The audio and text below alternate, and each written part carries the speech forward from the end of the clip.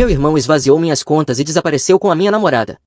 Eu estava de coração partido até que minha filha de 13 anos disse: pai, não se preocupe, eu resolvi isso. Então, dias depois, meu irmão ligou gritando. Isso aconteceu há cerca de 8 meses e eu finalmente estou pronto para falar sobre isso, porque as consequências ainda estão me dando satisfação. Ei, Reddit, eu tenho 34 anos, trabalho com gestão logística e achava que tinha minha vida praticamente resolvida. Alerta de spoiler, não tinha. Deixa eu montar o cenário. Eu tenho uma filha, Lily, que acabou de completar 13 anos. Ela mora comigo em tempo integral depois que a mãe dela faleceu de câncer há 3 anos. Sim, essa parte é horrível. Mas nós construímos uma vida sólida juntos, só nós dois contra o mundo. Ela é extremamente esperta, muito mais inteligente do que eu era na idade dela e, sinceramente, mais madura do que a maioria dos adultos que conheço. É o tipo de criança que aprendeu a programar sozinha aos 10 anos porque estava entediada durante as férias de verão, o tipo que lê artigos sobre cibersegurança por diversão e corrige minhas escolhas de senha. Depois que a mãe dela morreu, foi difícil para nós dois, não vou fingir o contrário, mas nós demos um jeito, criamos rotinas, aprendemos a nos comunicar e nos tornamos essa unidade unida que não precisava de mais ninguém. Às vezes ela ia ao meu escritório depois da escola, fazia o dever de casa na sala de descanso enquanto eu terminava o trabalho, a gente pegava o jantar no caminho de casa, conversava sobre o dia e simplesmente existia junto nesse espaço confortável que construímos. Eu trabalhei duro para garantir que ela tivesse estabilidade, fui a todos os eventos da escola, todas as reuniões de pais e professores, todas as feiras de ciências, aprendi a fazer trança no cabelo com vídeos do YouTube, descobri toda a conversa sobre menstruação muito antes do que eu estava pronto. Estávamos indo bem, melhor do que bem, na verdade. Aí tem o meu irmão Kyle, 2 anos mais novo que eu, sempre foi o filho de ouro da família, apesar de ser um completo desastre. Estou falando de ter largado a faculdade 2 vezes, não conseguir manter um emprego por mais de 6 meses, pegar dinheiro emprestado de todo mundo, inclusive da nossa avó de 80 anos. Mas, de alguma forma, ele tinha esse charme que fazia as pessoas darem chances infinitas para ele. Nossos pais sempre arrumavam desculpas para ele, enquanto de mim se esperava que tivesse a vida em ordem, porque eu era o responsável desde pequeno. Eu era quem levava sermão sobre responsabilidade quando tirava um B. Kyle podia reprovar semestres inteiros e nossos pais diziam que a escola simplesmente não era a praia dele, que ele encontraria o caminho dele eventualmente. Eu paguei minha própria faculdade trabalhando em 2 empregos. Kyle teve a mensalidade paga 2 vezes antes de largar. Eu comprei meu primeiro carro com dinheiro que economizei desde os 15 anos. Kyle ganhou 3 carros depois de destruir ou vender os anteriores. O padrão nunca mudou. Eu construía algo, conquistava algo, trabalhava por algo, e era simplesmente esperado que Kyle estragasse tudo, precisasse de ajuda, criasse drama e todo mundo corresse para consertar para ele. Tornava as reuniões de família muito divertidas. Deixa eu te contar, nada como ver seus pais entregando dinheiro ao seu irmão enquanto dizem que você está indo muito bem e não precisa de ajuda nenhuma. E, por fim, tem a Brittany. Nós estávamos namorando havia cerca de 1 ano e meio. Conheci ela em um churrasco de um amigo.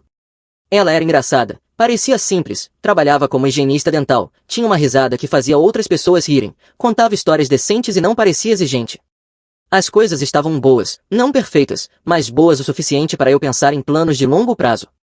Eu a apresentei a Lily depois de cerca de 3 meses de namoro. Eu não queria ficar trazendo pessoas para a vida da minha filha se elas não fossem ficar.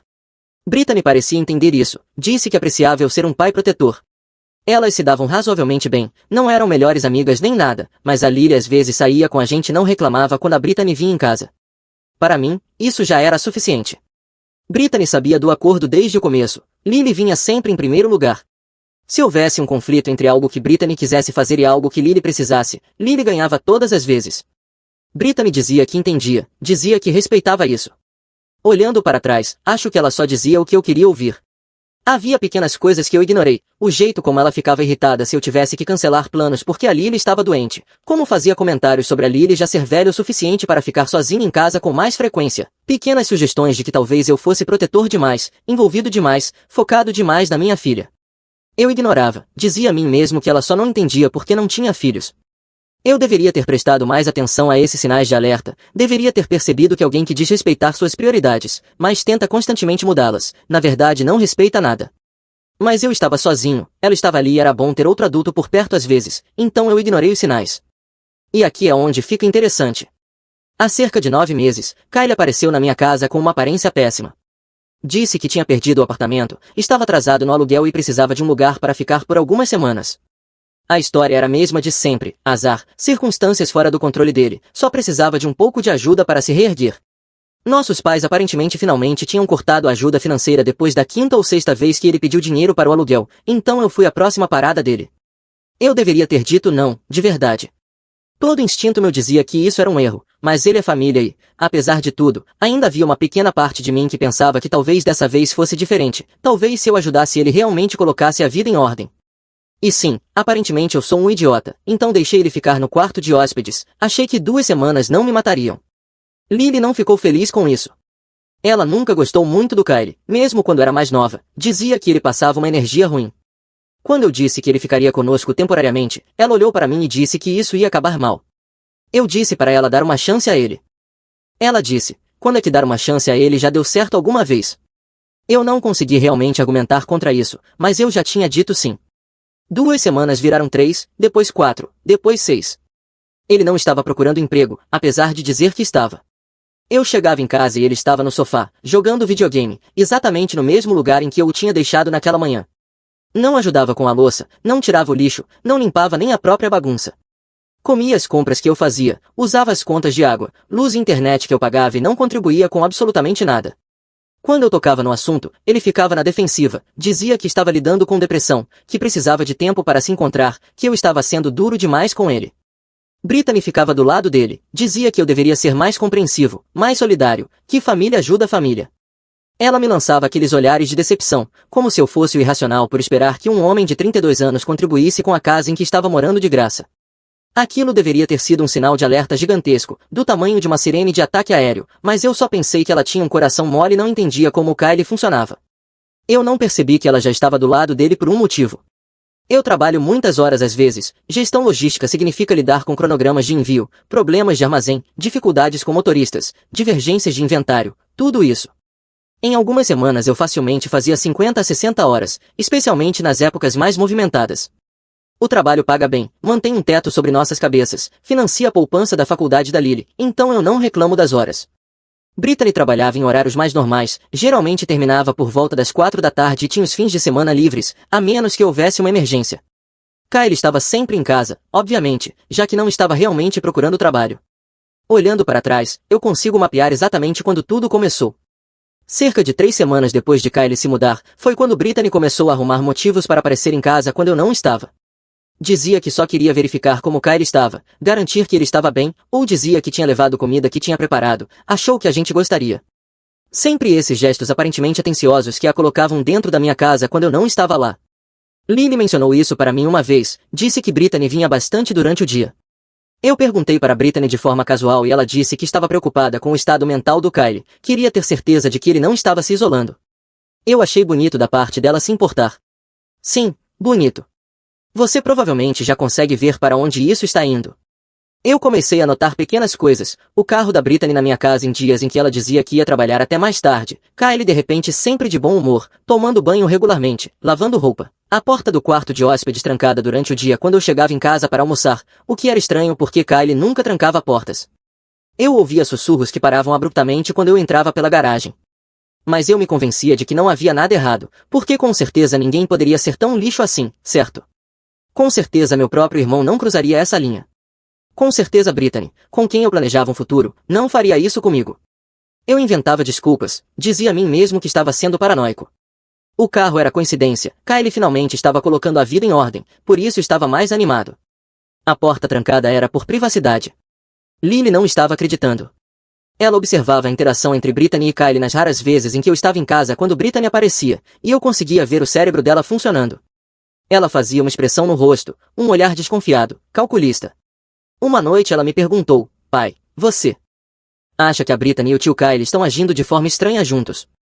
Eu perguntei o que ela queria dizer. Ela deu de ombros e disse que não sabia, só que eles pareciam, não sei, diferentes quando eu não estava por perto. Eu disse que ela provavelmente estava imaginando coisas. Ela me olhou como se eu estivesse sendo deliberadamente denso. Tá bom, pai, se você diz. Isso foi cerca de uma semana antes de tudo explodir. A verdadeira diversão começou numa terça-feira. Eu estava planejando surpreender a Brittany com uma reserva para jantar pelo nosso aniversário, nada chique, só aquele restaurante italiano de que ela gostava. Eu tinha feito a reserva semanas antes, estava tudo planejado, eu sairia mais cedo do trabalho, iria buscá-la, jantar agradável, talvez uma caminhada depois, coisas simples. Eu saí do trabalho às 2 da tarde e passei no apartamento dela por volta das 2h30 para buscá-la. Usei a chave reserva que ela tinha me dado meses antes para emergências. Chamei quando entrei e não houve resposta. O apartamento estava vazio, mas a bolsa de trabalho dela estava sobre a bancada da cozinha, o carro dela estava no estacionamento, o telefone dela estava em algum lugar lá dentro. Eu conseguia ver o laptop aberto no sofá com uma xícara de café pela metade ao lado. Tudo parecia normal, como se ela tivesse saído por um minuto, exceto pelo fato de que ela não estava lá. Aquela sensação estranha atingiu meu estômago. Você sabe qual é, aquele instinto de que algo está errado, mas você não consegue identificar exatamente o que. Eu liguei para o telefone dela e ouvi ele tocar vindo do quarto.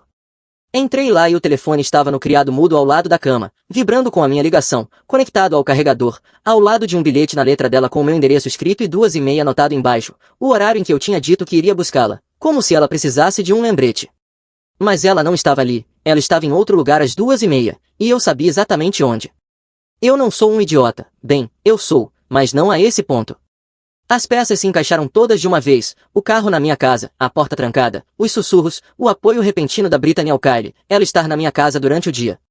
Tudo fez um sentido horrível e perfeito. Eu dirigi para casa respeitando exatamente o limite de velocidade, porque eu não ia levar uma multa em cima do que quer que estivesse me esperando. Levei 17 minutos, eu contei. Entrei na minha garagem às 2h47 da tarde, numa terça-feira. Os dois carros estavam lá, o Honda surrado do Kyle e o Toyota da Brittany, estacionados lado a lado na minha garagem, como se fosse a coisa mais natural do mundo. A porta da frente estava destrancada. Eu entrei em silêncio. A casa estava quieta demais, na verdade, exceto pelos sons vindos do quarto de hóspedes, o quarto onde Kyle estava ficando, sons que deixavam cristalino o que estava acontecendo ali dentro. Eu fiquei parado do lado de fora daquela porta por talvez 30 segundos, apenas processando. Parte de mim queria arrombá-la, parte de mim queria ir embora e fingir que nunca tinha visto nada, parte de mim só se sentia oco, vazio, como se eu estivesse assistindo aquilo acontecer com outra pessoa. Então eu pensei na Lily, no que ela pensaria se eu simplesmente deixasse isso passar, no tipo de exemplo que isso daria, no fato de que aquela era minha casa, a minha vida, o meu relacionamento e o meu irmão. E eu não ia ser o covarde que simplesmente aceitava aquilo.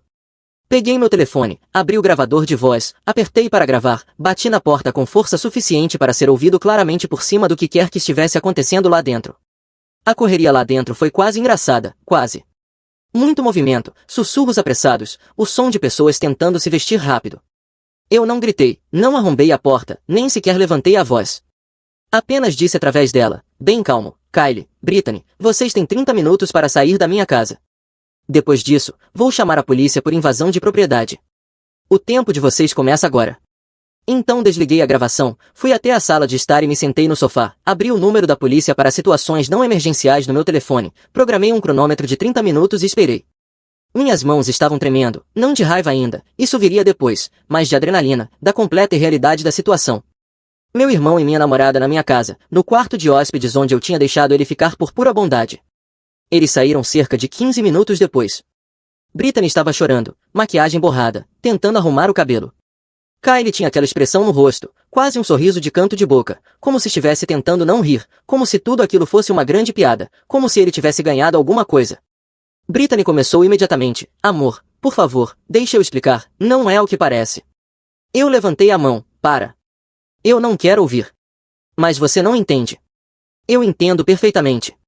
Você estava dormindo com o meu irmão na minha casa enquanto eu estava trabalhando. Não há nada para explicar agora. Vá embora. Ela tentou outra abordagem, começou a pedir desculpas, dizendo que foi um erro, que não significou nada, que me amava, que a gente podia superar isso, todos os clichês possíveis. Eu só continuava dizendo para ela ir embora. Kyle finalmente falou, e aquele sorriso ainda estava lá. Qual é, cara, não seja dramático, essas coisas acontecem, ninguém se machucou.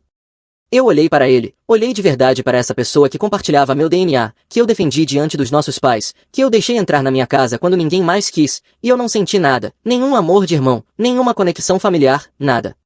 Você morou na minha casa, eu disse, comeu a minha comida, usou minha eletricidade, minha água, meu Wi-Fi.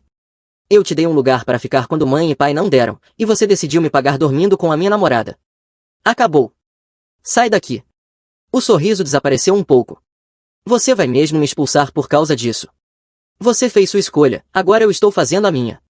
Você tem 15 minutos restantes. Brittany tentou de novo, continuou chorando, continuou pedindo desculpas, tentou tocar no meu braço, e eu me afastei, disse que ela precisava ir embora agora. Kyle pegou as coisas dele no quarto de hóspedes, não demorou muito, já que ele estava vivendo de uma bolsa de viagem mesmo. Brittany ficou parada ali chorando até eu mandar ela ir embora mais uma vez. Eles finalmente foram. Eu tranquei a porta atrás deles, fechei o trinco, coloquei a corrente, depois fui para o meu quarto e simplesmente me sentei na cama. No começo, não senti absolutamente nada, apenas um vazio, uma dormência, como se alguém tivesse arrancado tudo de dentro de mim e deixado só uma casca. Não chorei, não soquei paredes, só fiquei sentado encarando nada. Por volta das 3h15, a realidade começou a cair. A raiva ainda não tinha vindo, apenas essa sensação esmagadora de traição. Meu irmão, o meu próprio irmão, a pessoa que deveria estar do meu lado, que eu defendi a vida inteira, que eu acolhi quando não tinha para onde ir, e a minha namorada, com quem eu planejava um futuro, que conheceu minha filha, em quem eu confiei, Gon. Os dois, ou não exatamente Gon ainda tecnicamente, mas tanto fazia. Os relacionamentos estavam mortos no segundo em que eu ouvi aqueles sons através daquela porta. Lily chegou da escola por volta das 3h30. Ela pega o ônibus, geralmente chega em casa entre 3h25 e 3h35, dependendo do trânsito. Eu ouvi a chave dela na fechadura, ouvi a mochila cair no chão da entrada como acontece todos os dias. Ela chamou, cheguei, como sempre. Eu não respondi de imediato, não consegui fazer minha voz funcionar. Ela entrou na sala, me viu sentado ali e parou, simplesmente parou na porta e me olhou. Essa criança que vinha lendo meus humores desde que aprendeu a falar, que conhecia cada expressão do meu rosto, que sabia quando algo estava errado antes mesmo de eu abrir a boca. O que aconteceu? Ela perguntou. Não foi o que está errado nem você está bem, foi direto para o que aconteceu, porque ela sabia que algo tinha acontecido. Eu contei para ela, mantendo adequado para a idade, mas sendo honesto. Eu não ia mentir para ela nem adoçar a situação. Ela merecia a verdade. Eu disse que tinha pego o tio Kyle e a Brittany juntos, que eles estavam se vendo pelas minhas costas, que agora tinham ido embora e não voltariam mais. O rosto dela passou por cerca de 5 emoções diferentes em rápida sucessão, primeiro choque, depois compreensão, como se as peças estivessem se encaixando, depois raiva e então algo mais frio, algo calculado, o que foi perturbador. Isso é nojento, ela disse, e a voz dela tinha uma frieza que eu nunca tinha ouvido antes. O tio Kyle é lixo, e ela é pior ainda por ter concordado com isso. Não dava para discordar dessa avaliação. Ela veio e se sentou ao meu lado no sofá, não tentou me abraçar nem dizer coisas reconfortantes, apenas ficou ali sentada. Depois de um minuto, ela disse, eu sabia que algo estava acontecendo, eu tentei te avisar. Eu sei, você estava certa, eu deveria ter ouvido. Sim, deveria, ela não disse isso sendo cruel, apenas constatando um fato. Então o que você vai fazer agora? A resposta honesta era que eu não fazia ideia. Eu só estava tentando processar tudo, tentando entender como a minha vida tinha implodido no espaço de uma tarde. Eu não sei ainda, eu admiti. Trocar as fechaduras amanhã e resolver o resto conforme for acontecendo. Ela assentiu, pegou o telefone e começou a digitar alguma coisa. Eu não perguntei o que era, achei que ela estivesse mandando mensagem para uma amiga ou algo assim, desabafando sobre o tio ser horrível. Eu a deixei em paz. Pedimos pizza para o jantar naquela noite. Não tive vontade de cozinhar, não tive vontade de conversar, apenas comemos em silêncio assistindo a algum programa sem sentido na televisão, uma rotina normal de noite com essa coisa enorme pairando sobre nós dois, algo que ainda não estávamos prontos para encarar. Naquela noite eu não consegui dormir, fiquei deitado olhando para o teto, a mente girando em tudo. Há quanto tempo isso estava acontecendo? Eles riam de mim, isso sempre foi o plano deles ou simplesmente aconteceu, e isso realmente importava.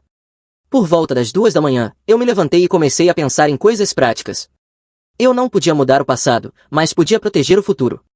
Troquei todas as minhas senhas no telefone naquele momento, contas bancárias, e-mail, redes sociais, tudo. Ativei a autenticação de 2 fatores em tudo que permitia isso. Liguei para um chaveiro logo cedo na manhã de quarta-feira e pedi para trocar todas as fechaduras até o meio-dia.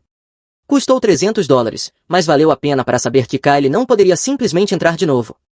Enquanto o chaveiro trabalhava, eu passei pela casa procurando qualquer coisa que Kyle pudesse ter deixado para trás. Encontrei algumas roupas, produtos de higiene, um carregador, joguei tudo em um saco de lixo e deixei na varanda. Depois liguei para o banco. Eu precisava garantir que minhas contas estavam seguras, que Kyle não tinha tentado nada enquanto estava morando ali. O sistema automático me disse para entrar online e verificar a atividade recente. Eu entrei por volta de 1 da tarde na quarta-feira e conferi primeiro a conta corrente. O saldo estava errado, muito errado. Eu deveria ter cerca de $8.000 ali, do último salário e do que tinha sobrado do mês. O saldo mostrava $342. Senti o estômago afundar. Verifiquei o histórico de transações. 3 transferências, uma na noite de terça-feira às 11h47 para $3.000, uma na madrugada de quarta-feira às 2 da manhã para $2.500, uma na quarta-feira às 6 da manhã para $2.100, todas para uma conta externa, todas marcadas como concluídas. Fui para a poupança. Eu deveria ter cerca de $28.000 ali, fundo da faculdade da Lily, reserva de emergência, tudo. O saldo mostrava $3.200. Mais transferências, 5 delas entre a noite de terça e a manhã de quarta, totalizando $24.800. A maioria estava com status pendente, mas uma de 8.000 já tinha sido concluída. Verifiquei minha conta de aposentadoria, a que é vinculada ao trabalho. Alguém tinha tentado acessá-la. Tentativas de login começando na terça-feira às 11h52 da noite, continuando ao longo da madrugada. A conta estava bloqueada por atividade suspeita. Liguei para o banco, minhas mãos tremiam tanto que eu mal conseguia discar. Fui transferido 3 vezes antes de falar com alguém da prevenção a fraudes. Ela explicou o que tinha acontecido, pediu para eu confirmar algumas informações, conferiu as contas, fez anotações. Senhor, parece que essas transferências foram iniciadas usando suas credenciais válidas de login e informações de segurança. A autenticação foi bem-sucedida em todas as tentativas. Eu não fiz essas transferências, eu disse. Alguém roubou minhas informações. Você sabe quem poderia ter tido acesso aos detalhes da sua conta? Sim, eu sabia exatamente quem. Meu irmão, que tinha morado na minha casa por 6 semanas, que provavelmente tinha me visto entrar nas contas, que poderia ter mexido nos meus papéis, em quem eu estupidamente confiei para não me roubar. E a Brittany, a quem eu tinha dado meu login do banco 6 meses antes, quando eu estava com gripe e precisava que ela pagasse algumas contas para mim, que disse que tinha pagado as informações depois, mas obviamente não tinha. Eu contei tudo isso para a atendente de fraudes. Ela fez mais anotações, disse que iniciaria uma investigação, mas que essas coisas levam tempo. Perguntou se eu queria registrar um boletim de ocorrência. Sim.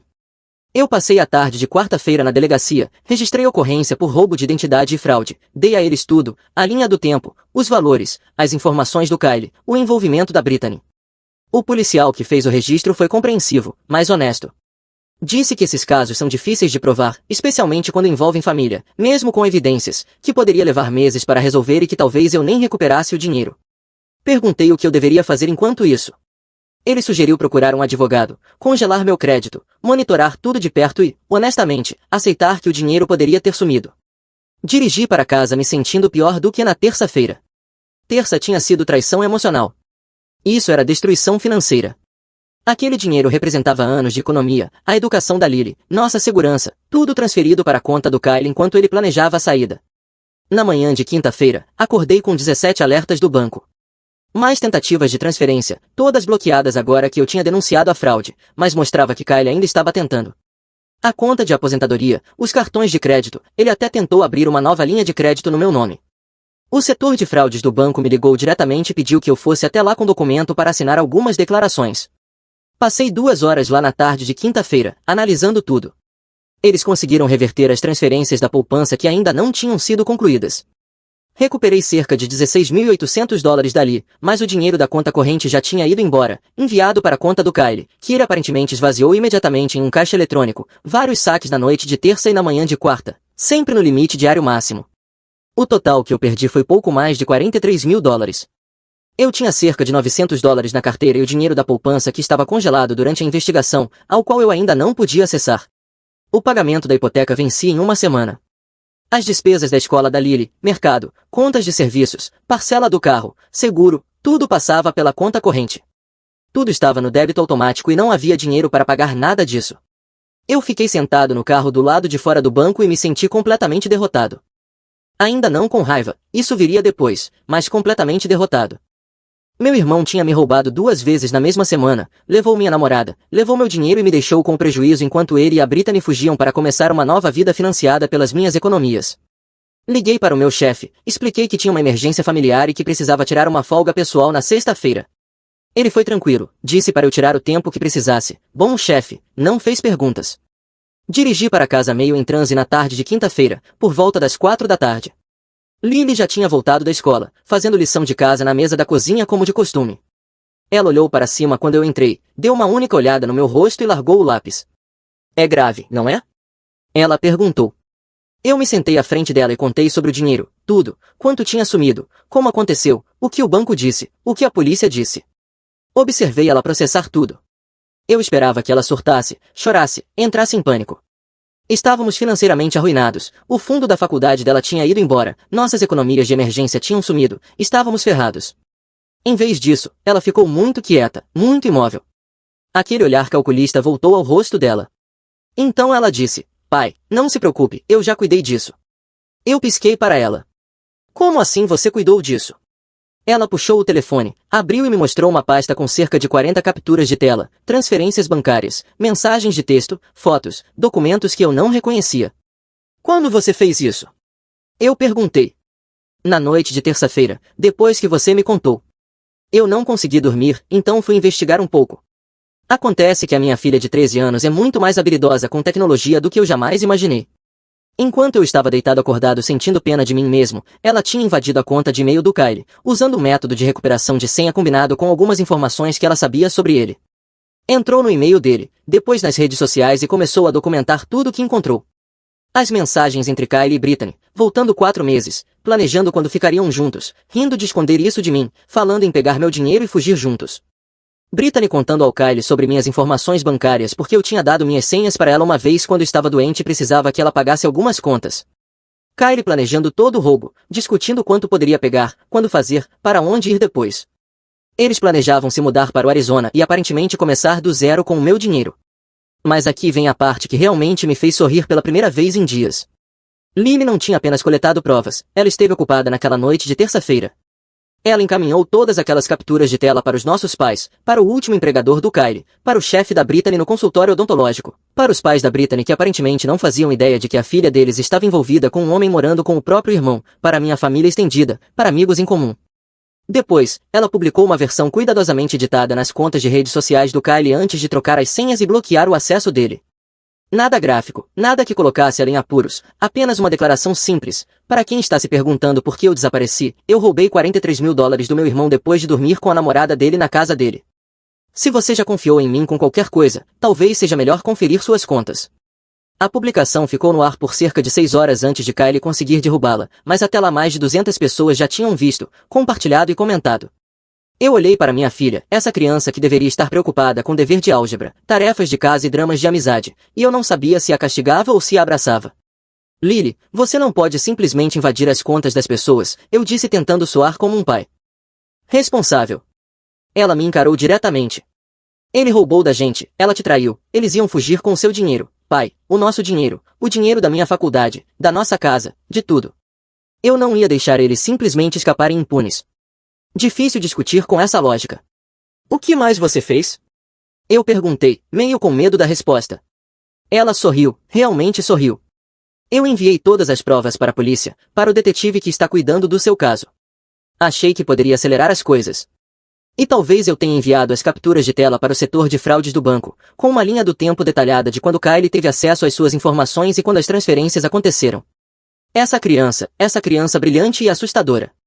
A sexta-feira foi silenciosa, silenciosa demais. Passei a manhã ao telefone com o setor de fraudes do banco. Com as provas da Lily, eles conseguiram iniciar o processo de congelamento da conta do Kyle e recuperação do dinheiro. Ainda vai levar tempo, mas agora eles tinham provas de que se tratava de roubo real, não apenas uma disputa familiar. O detetive me ligou naquela tarde e disse que tinham recebido um e-mail anônimo com provas abrangentes de fraude bancária e roubo de identidade. Perguntou se eu sabia algo sobre isso. Eu disse que não, o que tecnicamente era verdade, já que Lily enviou anonimamente. Ele riu e disse que quem quer que tivesse enviado aquilo tinha feito um enorme favor, agora eles podiam seguir com acusações criminais reais em vez de tratar como um caso civil. Perguntou se eu queria prestar queixa formal. Sim, eu queria. No sábado de manhã, acordei com o telefone tocando, número desconhecido. Quase não atendi, mas algo me fez atender.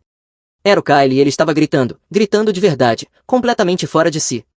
Levei um tempo até conseguir entender o que ele dizia no meio da raiva e do pânico. Aparentemente a vida dele tinha desmoronado completamente.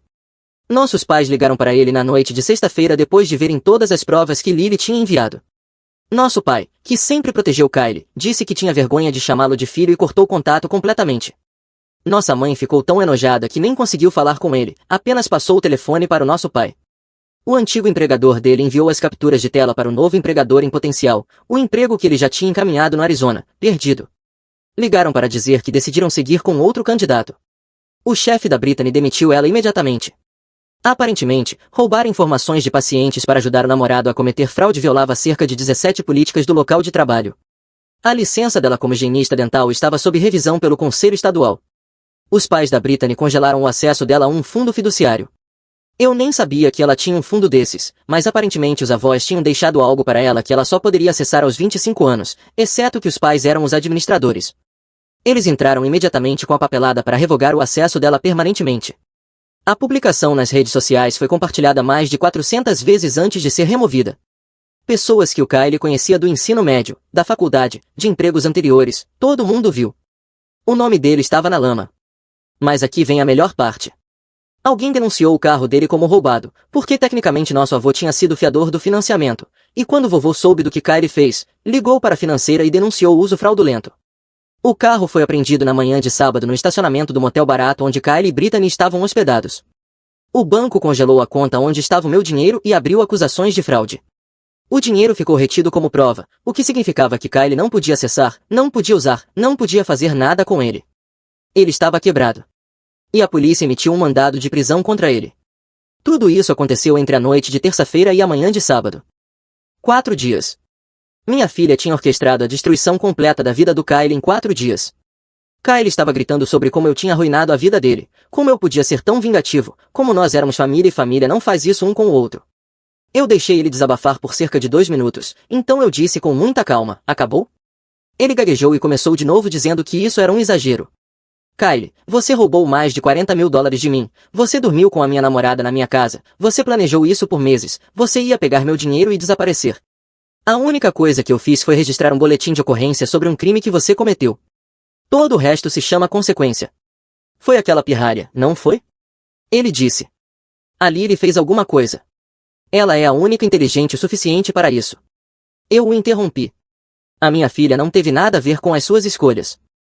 Você tomou cada decisão que te trouxe até aqui, assuma isso. Eu sou seu irmão. Você era meu irmão. Você deixou de ser meu irmão no momento em que decidiu que eu valia menos do que 43 mil dólares e uma mulher que você conhecia havia 6 semanas. Agora você é só um cara que me roubou, e esse cara vai enfrentar as consequências. Ele tentou outra abordagem, começou a implorar, a chorar, chorando de verdade, dizendo que sentia muito, que tinha cometido um erro, que daria um jeito de me pagar de volta, que eu não deixasse a polícia prendê-lo. Tarde demais, eu disse. Você fez sua escolha na terça-feira. Na verdade, você fez sua escolha 4 meses atrás, quando começou a planejar isso. Você não pode desfazer agora só porque não deu certo. E a Brittany, ele perguntou. Ela não tem mais nada agora, sem emprego, sem dinheiro, os pais não falam com ela.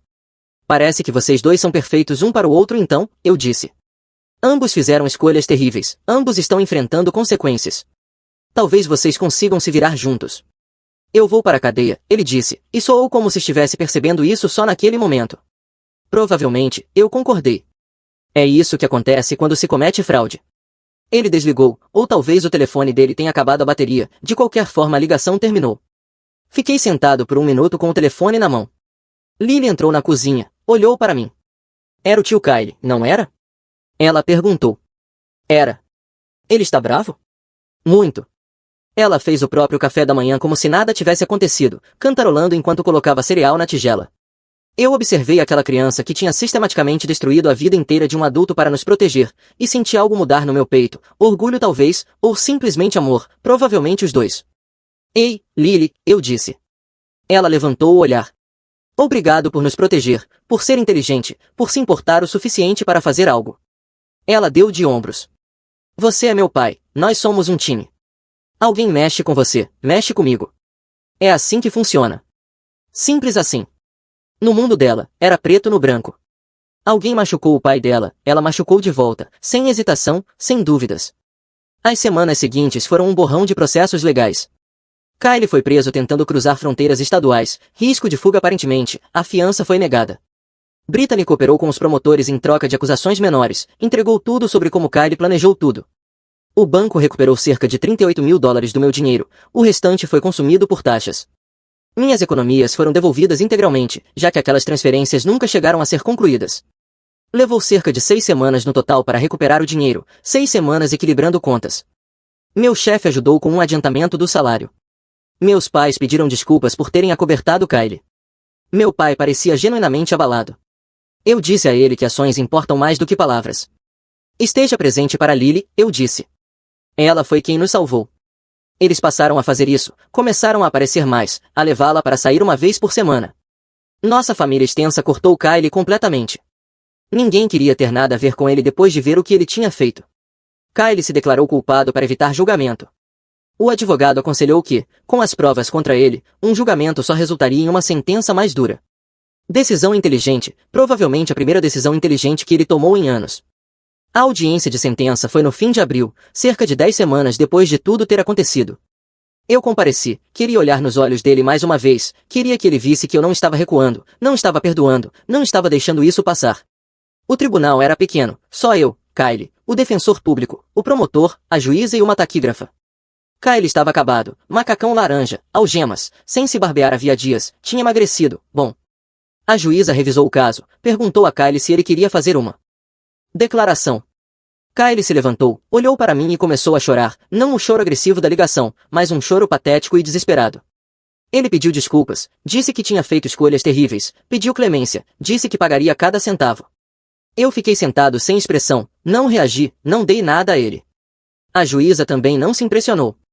Ela tinha visto as provas, lido as mensagens em que Kyle e Brittany riam de me roubar, visto o planejamento, as tentativas de acessar minha aposentadoria mesmo depois do roubo inicial. Ela deu a ele 3 anos, disse que a natureza premeditada da fraude, a traição familiar e a falta de arrependimento genuíno tornavam tudo pior, não melhor. Disse que Kyle havia mostrado um padrão de usar pessoas a vida inteira e precisava aprender que ações têm consequências.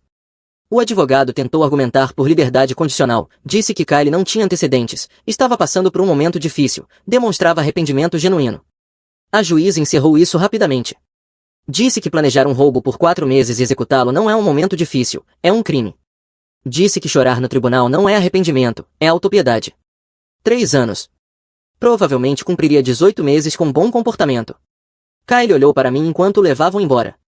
Eu não desviei o olhar, encarei de volta, deixei ele ver exatamente o que eu sentia por ele, nada, nem raiva, nem ódio, nem tristeza, nada. Brittany foi sentenciada uma semana depois. Eu não compareci, mas o promotor me ligou para contar o resultado. Liberdade condicional e serviço comunitário. Teve que pagar restituição pela parte dela, cumprir 200 horas de serviço comunitário, ficar fora de problemas por 5 anos. Qualquer violação significaria 2 anos de prisão. Ela também perdeu a licença de higienista dental. O Conselho Estadual revisou o caso e decidiu que violar a privacidade de pacientes e usar informações confidenciais para cometer fraude era motivo para revogação permanente. Ela nunca mais poderia trabalhar na área odontológica. Toda aquela formação, todos aqueles exames de licença, perdidos. A última coisa que soube foi que ela voltou a morar com os pais. Eles a fazem pagar aluguel, tratam como inquilina em vez de filha. Ela trabalha no varejo agora, em alguma loja de roupas no shopping, ganha salário mínimo, vive no quarto da infância aos 29 anos. Os pais não deixam ela chegar perto do fundo fiduciário. Estão segurando até ela completar 35 anos agora, e mesmo assim ela só terá acesso parcial. Vão doar uma parte para a caridade só para deixar claro o ponto sobre consequências. Kyle ainda tem 12 meses pela frente. No momento, está em uma unidade de segurança mínima a cerca de 100 milhas de distância. Nossos pais o visitam uma vez por mês. Eles me convidaram para ir junto uma vez. Eu recusei. Perguntaram por quê. Eu disse que ele não é mais meu irmão. É alguém que me roubou e destruiu minha confiança. Eu não visito pessoas assim. Minha mãe ficou chateada, disse que família é família, que eu deveria mostrar perdão, que guardar rancor não é saudável. Eu disse a ela que perdão é conquistado, não dado. Kyle não conquistou. Estar preso sentindo pena de si mesmo não é conquistar. Talvez em 10 anos, depois de ele realmente reconstruir a vida e mostrar que mudou, talvez a gente converse. Mas provavelmente não. Meu pai entendeu. Ele disse que sua mãe quer acreditar que as pessoas mudam da noite para o dia, mas você está certo, Kyle precisa provar, não apenas dizer. As pessoas às vezes me perguntam se eu me arrependo de como tudo aconteceu, se eu gostaria de ter lidado diferente, sido menos duro, dado outra chance a Kyle, se me sinto culpado por ele estar na prisão. Honestamente, não. Nem um pouco. Ele fez suas escolhas, planejou, executou, tentou me destruir financeiramente enquanto me traía pessoalmente. O fato de tudo ter explodido na cara dele não é culpa minha, é dele. Cada consequência que ele está enfrentando é resultado direto das próprias ações. Lily diz que também não se arrepende. Diz que Kyle precisava aprender que ações têm consequências e ninguém estava ensinando essa lição, então ela ensinou. Difícil discutir com uma menina de 13 anos que está certa.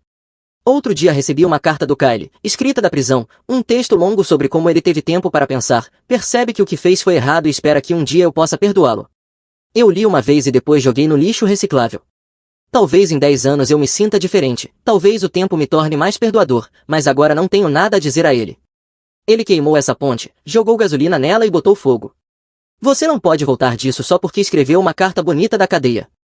Lily perguntou se eu ia responder. Eu disse que não. Ela assentiu. Bom. Ele ainda não merece o seu perdão. Talvez nunca. Garota sábia.